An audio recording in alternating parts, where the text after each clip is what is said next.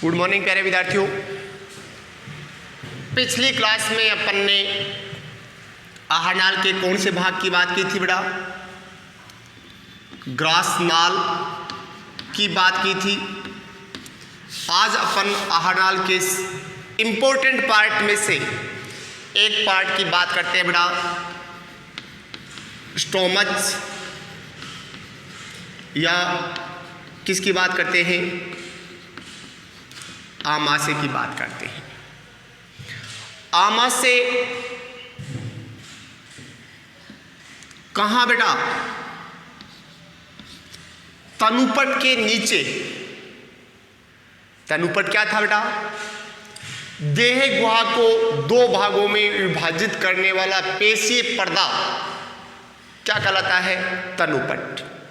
तनुपट से ऊपर का देह गुहा का भाग वक्षीय गुहा और नीचे का भाग क्या कहलाता है बेटा?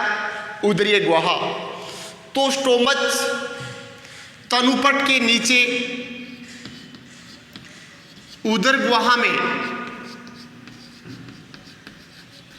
बाईं ओर पाए जाने वाला पेशीय थैलेनुमा भाग है। क्या कहा बेटा अपन ने? स्टोमच तनुपट के नीचे उदर गुहा में बाईं ओर पाए जाने वाला पेशीय थैलेनुमा भाग है, जिसमें आकर क्या खुलती है बेटा? गर्सिका आकर खुलती है। संरचना की दृष्टि से आमाशय को तीन भागों में विभाजित किया गया है, जिसमें सबसे पहला भाग आता है बेटा कौन सा? जठरागम भाग, जिसको इंग्लिश में कहते हैं कार्डियक पार्ट। आमाशय का वह भाग जिसमें आकर गर्सिका खुलती है, उस छोटे भाग को क्या कहते हैं बेटा? कार्डियक पार्ट या जठरागम पार्ट कहते हैं। कार्डियक भाग या जठरागम पार्ट कहते हैं। कार्डियक भाग में जो छिद्र, या अपन यूं कह सकते हैं गर्सिका व कार्डियक भाग के बीच जो छिद्र बनता है, उस छिद्र को कहते हैं कार्डियक पोर। क्या कहते हैं बेटा? कार्डियक पोर। अब ये आमाशय का प्रारंभिक भाग जो जिसमें आकर गर्सिका खुलती है, उस भाग को अपन कहते हैं जठरागम भाग। और इस जठरागम भाग में ये जो मार्ग बनता है, उसे अपन ने कह दिया कार्डियक पोर। इस कार्डियक पोर पर एक पेशीय अवरोधनी पाई जाती है बेटा,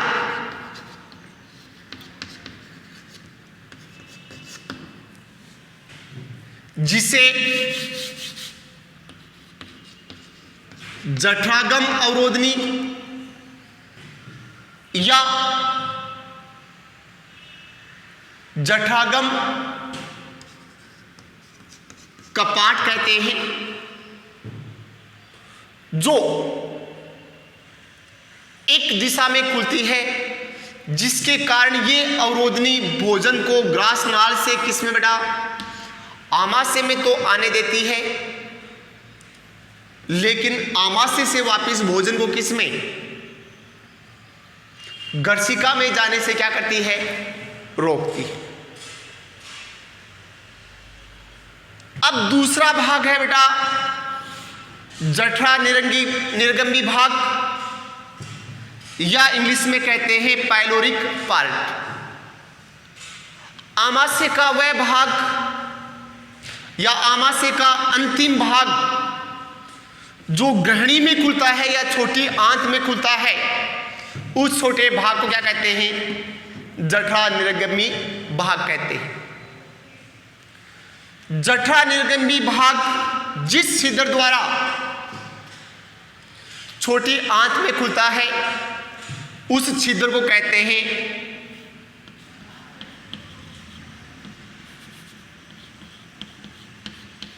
पाइलोरस। इस पाइलोरस वाले भाग पर पुनः एक अवरोधनी पाती है जिसे अपन कहते हैं बेटा जठरा निर्गमी अवरोधनी या पाइलोरिक स्पिन कटर, जो थोड़ा थोड़ा करके भोजन को किसमें, छोटी आंत में तो जाने देती है, लेकिन छोटी आंत से वापस भोजन को किसमें, आमाशय में आने से क्या करती है बेटा, रोकती है। तीसरा भाग है बेटा फंडस भाग।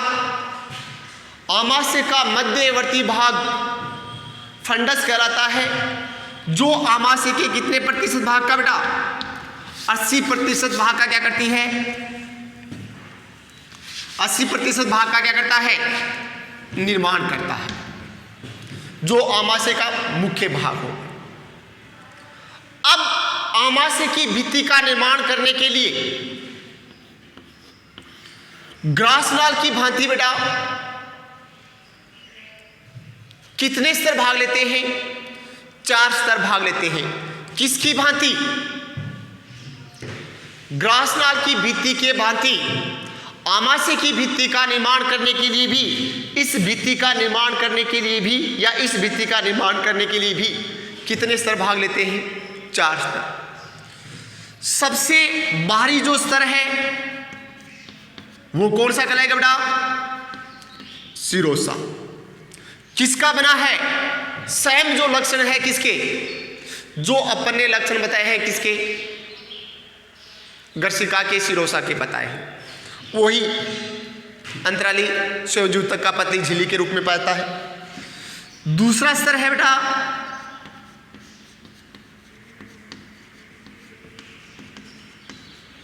पेशीय स्तर।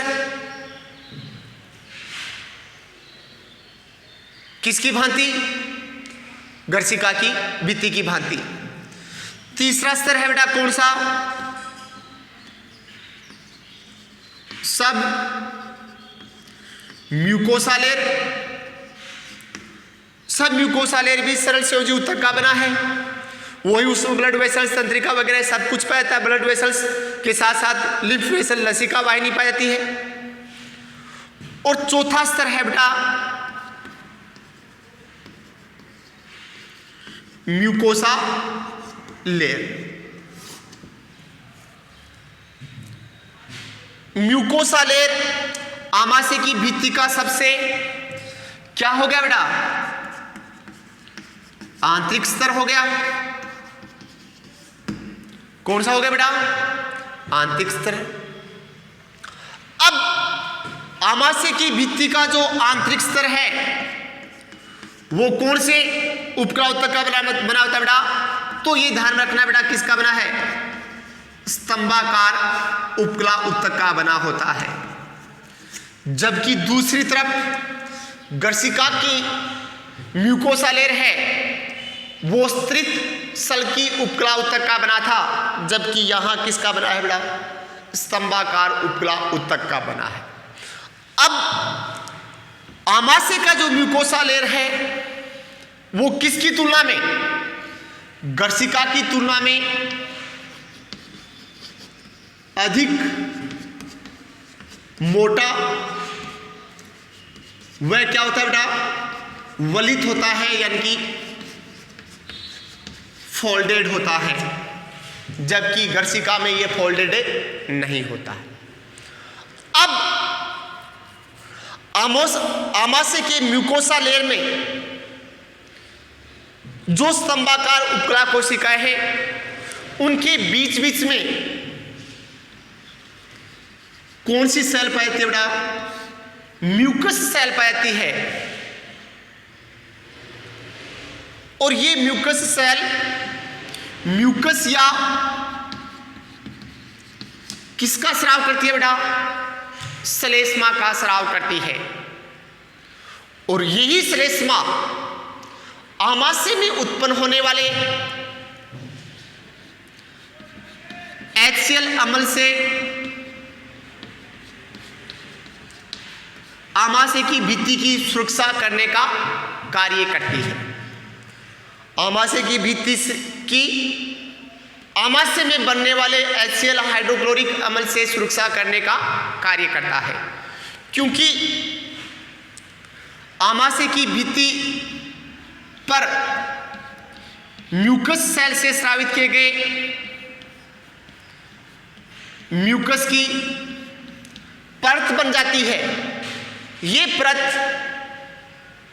हाइड्रोक्लोरिक अम्ल को आमाशय की भित्ति के संपर्क में आने से क्या करता है, रोकता है, जिसके कारण जो आमाशय है उसकी भित्ति को क्या मिल जाती है बेटा, HCl अम्ल से सुरक्षा मिल जाती है। अब इसके साथ साथ म्यूकोसा लेयर में पाए जाने वाली स्तंभाकार उपला कोशिकाओं के रूपांतरण से दो प्रकार की ग्रंथियां बनती है बेटा, जिनमें से एक ग्रंथि को कहते हैं जठर ग्रंथि और दूसरी ग्रंथि को कहते हैं जठरा निर्गमी ग्रंथि।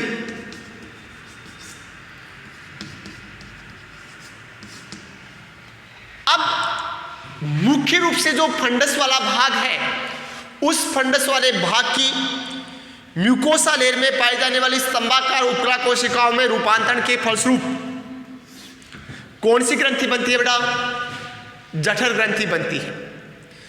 इन जठर ग्रंथि के द्वारा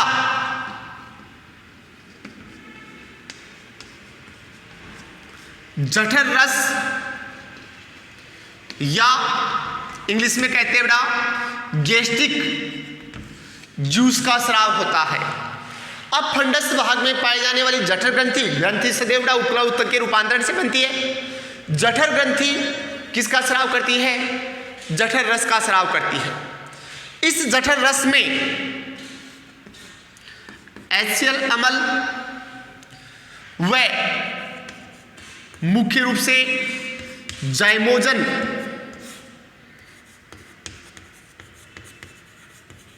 एंजाइम पाए जाते हैं।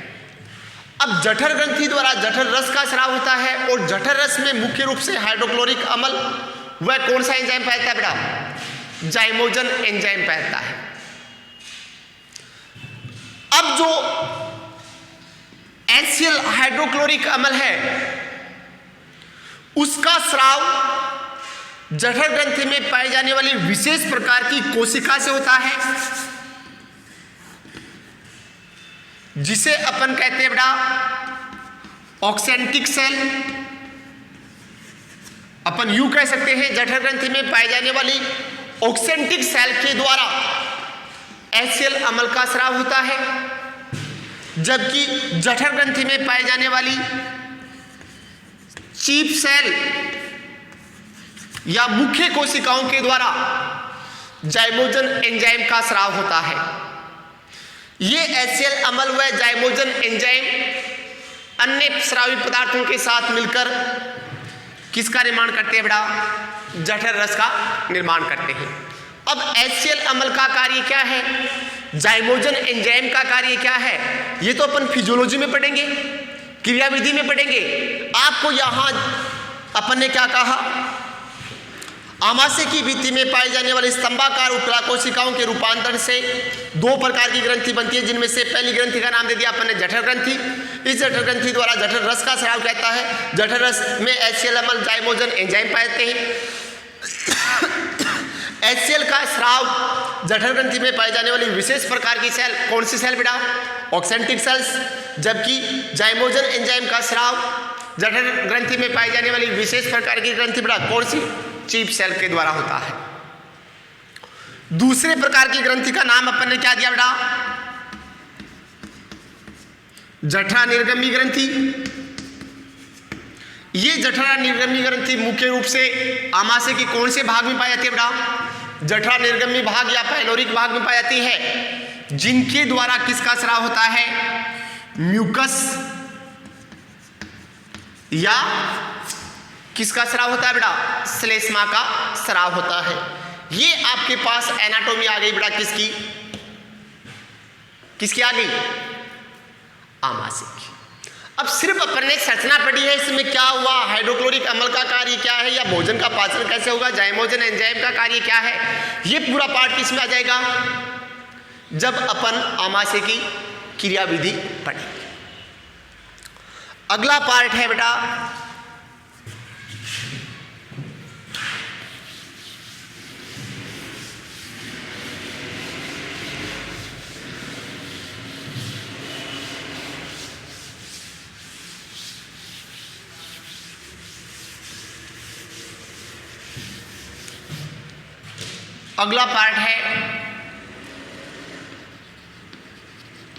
स्मॉल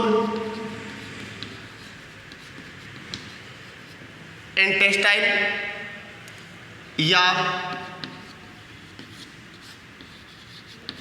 छोटी आंत। अब आमाशय का कौन सा भाग बेटा, पाइलोरिक भाग किसके द्वारा, पाइलोरस छिद्र के द्वारा किस में ओपन होता है बेटा, आहार नाल के अगले भाग किस में, छोटी आंत या स्मॉल इंटेस्टाइन में ओपन होता है। स्मॉल इंटेस्टाइन की जीवित अवस्था में लंबाई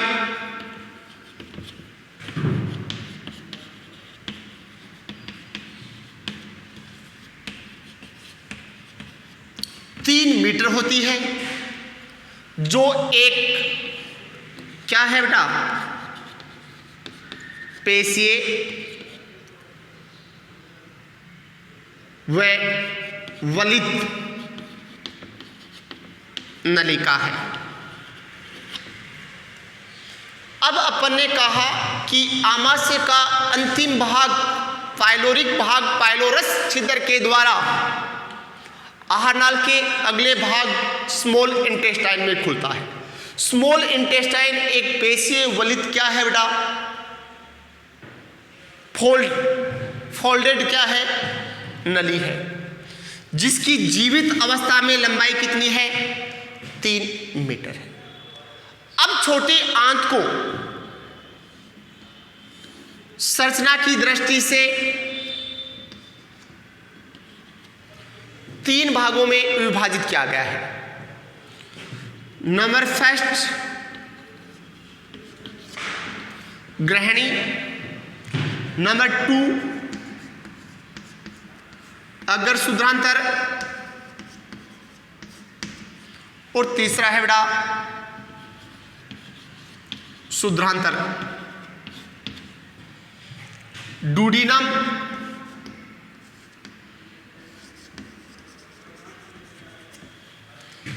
जेजुनम एंड शुद्रांतर कहते हैं एरिया। अब अपन ने कहा कि जीवित अवस्था में किसकी, स्मॉल इंटेस्टाइन की लंबाई 3 मीटर है, जिसे 3 पार्ट्स में क्या किया गया है, डिवाइड। फर्स्ट पार्ट आता है बेटा ग्रहणी। स्मॉल इंटेस्टाइन का प्रारंभिक भाग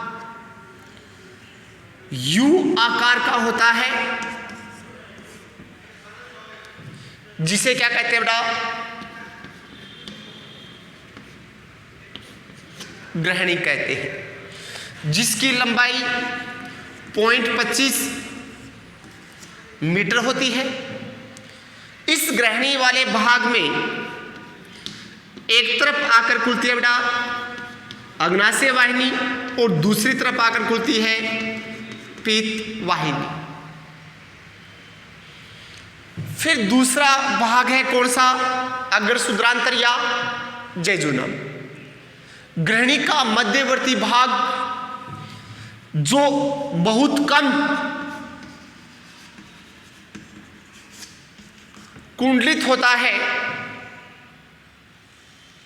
उसे कहते हैं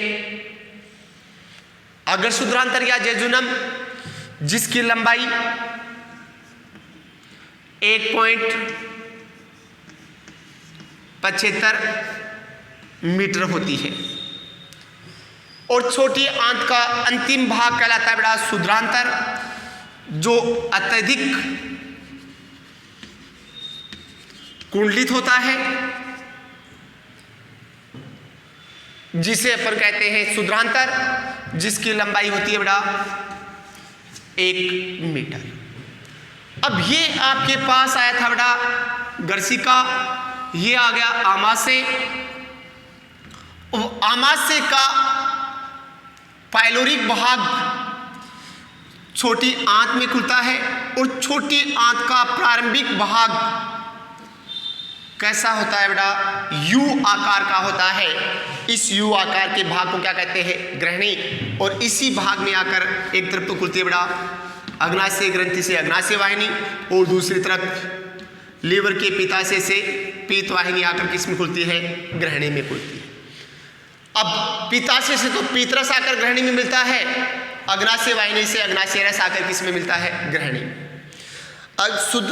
छोटी आंत का मध्यवर्ती भाग जो अत्यधिक कम कुंडलित होता है उसे अपन कहते हैं अग्रशुद्रांतर, जिसकी लंबाई कितनी है 1.7 मीटर।